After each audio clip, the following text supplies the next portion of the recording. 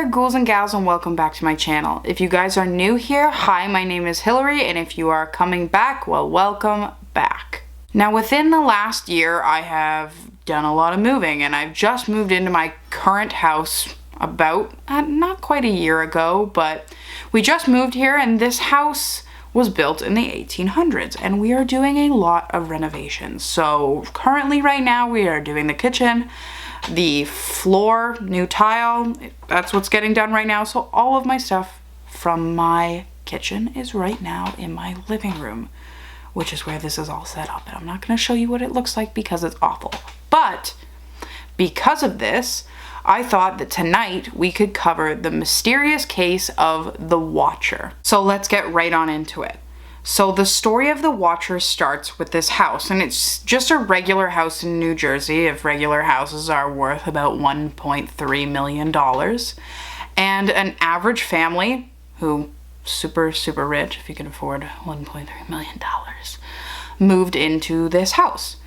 And upon moving into this house, they start to get these letters from an unknown person. June 2014 is where this story starts, and this story starts with the Brodus family. Derek and Maria Brodus moved them and their 3 children into this huge 6-bedroom house in New Jersey.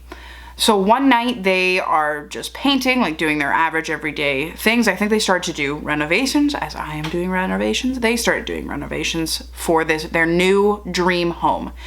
And Derek, the father, decides to go out and check the mail. Now, because they hadn't moved in yet, they were just doing renovations, they did not expect anything else in their mail other than maybe a couple bills, a couple flyers. Like, there wasn't anything substantial coming to the house yet. But that's when they went there, checked their mailbox, and they found an envelope on regular cardstock paper, like white, that said, "To the new owner." Just gonna read the first letter that they found in their mailbox off to you right now. So, "Dearest new neighbor at 657 Boulevard, allow me to welcome you to the neighborhood. 657 Boulevard has been the subject of my family for decades now, and as it approaches its 110th birthday, I have been put in charge of watching and waiting for its second coming. My grandfather watched the house in the 1920s, and my father watched the house in the 1960s. It is now my time. Do you know the history of the house? Do you know what lies within the walls of 657 Boulevard? Why are you here? I will find out." Now, first of all, I can't imagine getting this in my mail. Like, this is the first house, like a house that you move into, and then you're getting these creepy notes. Just to start off, like, "Welcome to the neighborhood. Welcome to 56 Boulevard. Is the secrets in the walls found here yet?" Like, stop. What are you doing? Like, do you have nothing better to do? And it just creeps me out. Like, if I found this in my mail, I'd be a little bit like, I don't know if this next thing that I'm going to read was from the first part of the letter or if it was another letter, because this guy sent, or this girl, this guy, whoever it was, sent a whole bunch of letters to this family. So the next part that I'm going to read says, "I see already that you have flooded 657 Boulevard with contractors so that you can destroy the house as it was supposed to be. Tisk, tisk, tisk. Bad move." Derek and Maria were quite alarmed by this because they had 3 children, and you don't want anything bad happening to your kids, right? And you're getting these weird, strange letters in the mail, just like telling you, "Oh, you have contractors working? Like, there are contractors in the house?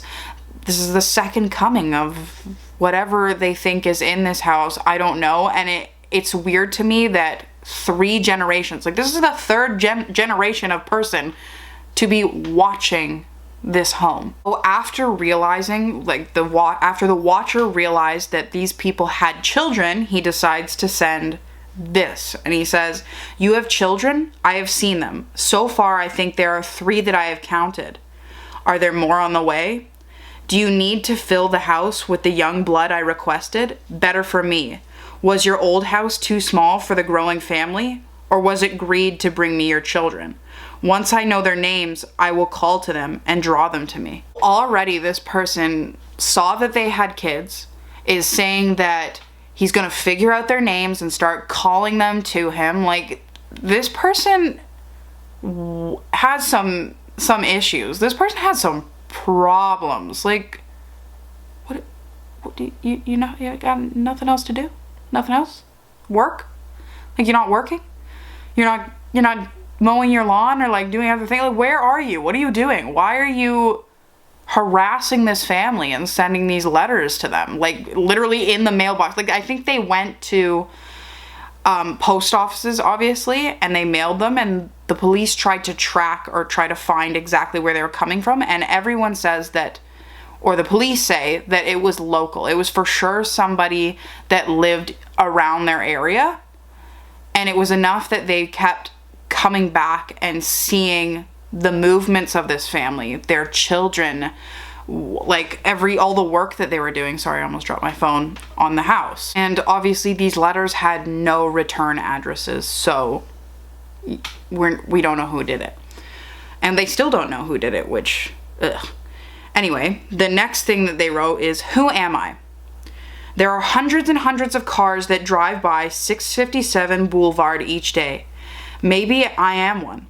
Look at all the windows you can see from 657 Boulevard. Maybe I am in one. Look out any of the many windows in 657 Boulevard at all the people who stroll by each day. Maybe I am one." And this letter concluded with a suggestion that the message would not be the last. "Welcome, my friends, welcome. Let the party begin." And then he signed it in cursive, "The Watcher." Now, is it just me, but does everyone kind of hate how he's referencing it as 657 Boulevard? Does the house know where you are? 657 Boulevard. Just in case you didn't know, we're at 657 Boulevard. At this point, Derek and Maria are getting very terrified because it's not just been one letter. It's been like probably like 4 at this point. Like, they keep getting these letters. So Derek obviously runs around the house and he's turning off the lights because he is scared that somebody is there watching his wife and his children. And they decide to contact the authorities. So they go and they contact the authorities and they show the police like these letters. And the police are like, "Whoa, like, do you have anyone that doesn't like you? Like, this is really weird." And they opened an investigation, obviously, on who the sender could possibly be. So Derek and Maria decide to write a letter to their realtor and to the people who owned the house previously. And I believe their names were John and Andrea Woods. And they asked, was there any weird things that kind of happened? Like, did anyone send you any letters? And they said that they did get a letter before selling the house. And they had owned the house for about 20 to 25 years. And they hadn't had any problems up until the point when they wanted to sell the house. And they got this strange letter in the mail that was kind of similar to the ones that the new family is getting. But because they had never gotten any letters before, they just kind of, I guess, dismissed it and threw the letter out and just sold their house. Now, that's not to say, like, maybe they were getting them and that's why they were moving and they just didn't want to bring it up. But that's just alleged. Like, that's just me. I mean, like, if I want to leave, I don't think I would be over eager to share that some creeper is sending me letters about young blood in 657 Boulevard. So the Broduses in the coming weeks were obviously very nervous. Like, Derek canceled some work appointments. They did not let their children wander too far from them. Like, if they were playing in the backyard, they would shout at them to come back. They wouldn't let them run around by themselves, obviously, for fear of this strange person doing whatever he said he was gonna do to them. And then, as well as all this, their house is still getting repaired. So the contractor came in, and then he left for the night and came back the next day and noticed that a huge sign that he had put on the house, like, I guess screwed it in or bolted it in, had been ripped down and just thrown to the side. And at this point as well, I believe they invited one of their neighbors to come over to visit, to which the wife said it'll be nice to have some young blood in the neighborhood, which he thought was weird. And he was like, is it you? Is it you? Which I don't think it was, but that's a weird thing to say. I've never moved in and had a neighbor being like, happy that some young bloods moved in the neighborhood, young blood. Like, 2 weeks after that happened, Maria was at the house by herself, or maybe with some other, maybe she was with some other people. But anyway, she was doing some painting and she got another cardstock letter. So this letter said, "Welcome again to your new home at 657 Boulevard." The watcher wrote, "The workers have been busy and I have been watching you unload carefuls of your personal belongings. The dumpster is a nice touch. Have they found what is in the walls yet? In time they will." This time in the letters, the watcher directly said the Broduses, and he said Derek and Maria. And he said, and he misspelled their names too. So he was like Mr. and Mrs. Brodus. The watcher boasted of having learned a lot about the family in the preceding weeks, especially about their children. And the letter identified that the Brodus had 3 kids and said them in order by their nicknames. He said, "I am pleased to know your names now and the name of the young blood you have brought to me. You certainly say their names often." The letter asked about one child in particular, and it was the child or their kid that they had who would paint on like an easel on their porch. So he or she had been watching this child paint and was referencing that child specifically. This letter continued and it said, 657 Boulevard, like, stop mentioning it. "It's anxious for you to move in. It has been years and years since the young blood ruled the hallways of the house. Have you found all of the secrets it holds yet? Will the young blood play in the basement, or are they too afraid to go down there alone? I would be very afraid if I were them. It is far away from the rest of the house. If you were upstairs, you would never hear them scream. Will they sleep in the attic, or will you all sleep on the second floor? Who has the bedrooms facing the street? I'll know as soon as you move in. It will help me to know who is in which room. Then I can plan better. All of the windows and doors in 657 Boulevard allow me to watch you and track you as you move through the house. Who am I? I am the watcher, and I have been in control of 657 Boulevard for the better part of 2 decades now. The Woods family turned it over to you. It was their time to move on and kindly sold it when I asked them to. I pass by many times a day. 657 Boulevard is my job, my life, my obsession. And now you are too, Brodus family. Welcome to the product of your greed. Greed is what brought the past 3 families of 657 Boulevard, and now it has brought you to me. Have a happy moving day. You know I'll be watching." Like, ew. Like, that gave me the chills to just read. Like, and they're not even sending the letter to me. I am just reading it in my own home, off of my phone, and it's giving me the chills. Like, I would not have my children playing outside. I would not be going outside, and this is made a lot of sense to the fact that this family did not move in. They were at like their parents' house, their friend's house, and these letters that were getting sent, they made them think that this person was angry and could have possibly been somebody who tried to purchase this house and was upset that they didn't get it. As far as I'm aware, they did the research and checked all the buyers of it, and nothing came of that, so that was a dead end. After all of this happened, Derek and Maria left. They did not move into the house, and they put the house up for sale.